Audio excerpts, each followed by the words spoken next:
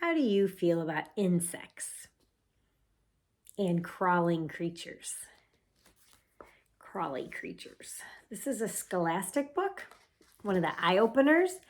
I think there's some insects that I really think are beautiful or very fascinating to watch. The first one that comes to my mind is a praying mantis or a butterfly. I just love to watch those. There are other ones I'm not too excited about. So let's see in this book if there's ones that you like, that you would like to observe out in nature, or if you'd like to touch, or if there's ones that you would not want to spend time with. This was written by Angela Roystone, and photography by Jerry Young, and illustrations by Jan Craddock Watson and Dave Hopkins. Okay, insects and crawly creatures. Snail. A snail moves very slowly. It slides along on one slimy foot and carries a hard shell. Excuse me, hard shell on its back. It can pull its body into the shell to hide from danger. A snail has feelers on its head. These help it to find the leaves that it likes to eat.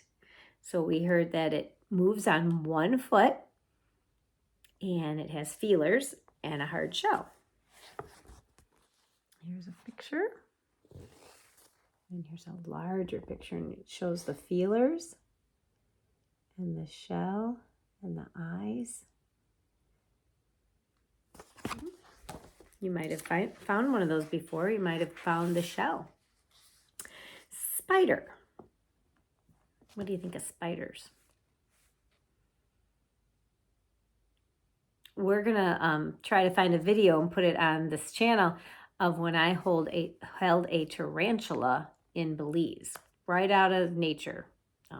Not at a zoo, not at an interactive science place, but right out of a rock crevice.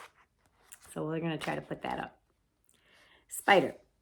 This spider makes a silk thread inside its body. It uses the silk to spin a sticky web between plants. When a fly gets caught in the web, the spider runs out and wraps it up in silk. It keeps the fly to eat later.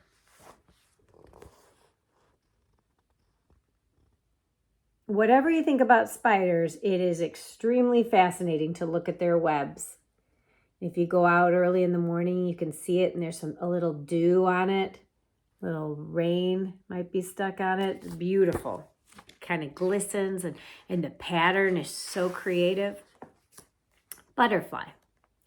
This butterfly lays her eggs on the leaves of flowers. The eggs hatch into caterpillars. The caterpillars eat the leaves and grow big and fat. Slowly, each one turns into a pupa. Later, the pupa splits open and a new butterfly comes out. So there's the caterpillars. And here's a close-up of the wing so you can see its scales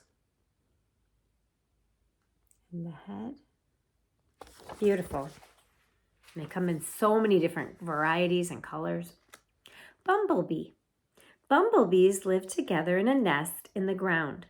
They work hard to take care of the queen bee. The bees leave their nest to look for food. They feed on juice from flowers and collect pollen on their hairy bodies. Then they carry the pollen back to the nest for the queen bee and her babies. So did you hear where their nests are? They're in the ground for a bumblebee. So they don't make a hive that you see hanging from a tree. They have a hole in the ground. Grasshopper. This grasshopper lives in grassy places. Its color green helps it to hide. It has strong back legs and can jump a long way. When in danger, the grasshopper springs into the air and spreads its wings and glides away. See the jaws? Those very powerful legs.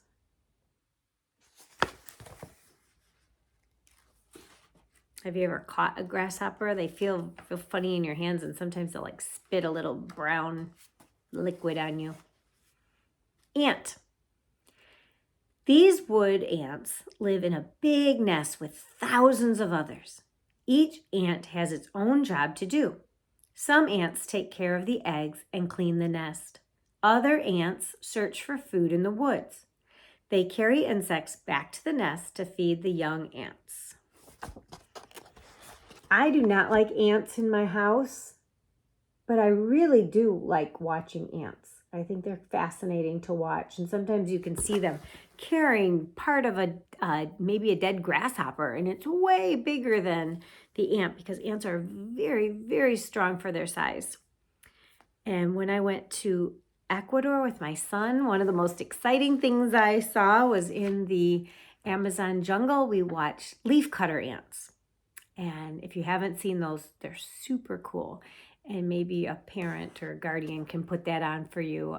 They can try to find a video of that because it's very, very fun to watch. Ladybug. A ladybug is a kind of beetle with brightly colored wing cases. These cases warn birds that a ladybug won't taste good. A ladybug eats insects, which it finds on plants and flowers.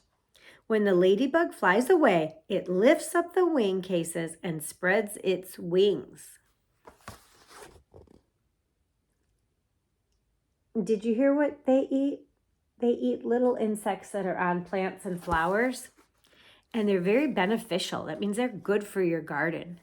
And when I was a little girl, one time I opened up the refrigerator, and you know what I found in the refrigerator? A box about this big. And would you believe that it had hundreds of ladybugs in it? And my parents had ordered them through the mail, and they came, and they had to stay in the refrigerator. I'm not sure why, until it was time to put them in the garden. And then they let them go in the garden so that they could eat all the bugs that would destroy the plants. Damselfly. The damselfly lives near ponds and streams. It has 4 wings and darts through the air.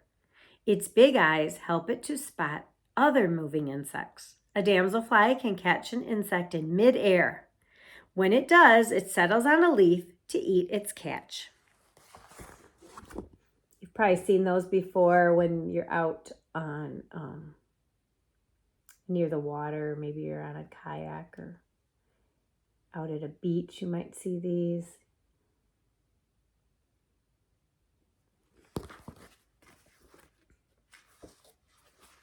Oh, and that was the last one. So that's a few insects that we learned about today. I hope you can get outside and you can find some. I hope they're not in your home because nobody likes these in their house, but they are fun to look at outside. Have a great day.